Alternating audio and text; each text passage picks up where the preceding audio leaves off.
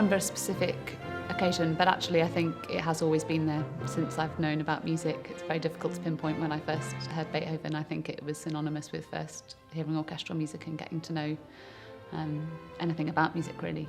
I think it's that integral to the classical tradition that if you know music, you're definitely going to know Beethoven. I think it was as a very, very bad pianist back in my grade 7, struggling to grade 8 days, where I think I remember playing the first movement of the Pathetique Sonata, quite young, struggling through it really badly.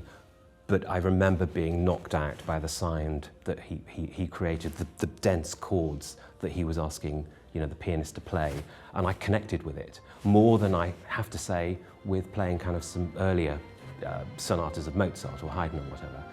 The Beethoven kind of said something to me. I loved its abandon and its brutality, which is probably a bit unkind, but I love the force of nature that he brought to that music.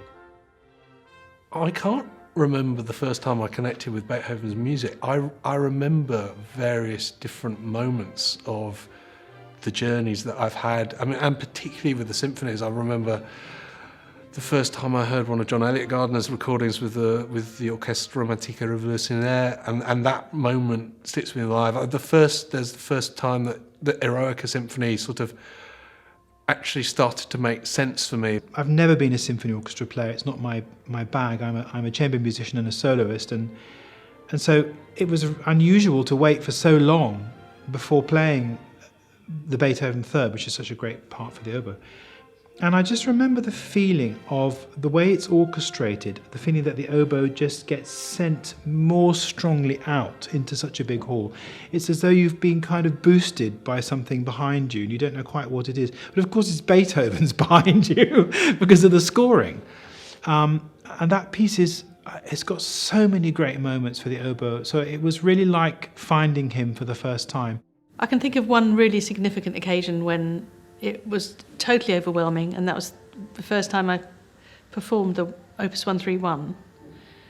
And it literally was like a physical, it's non-stop, that quartet. And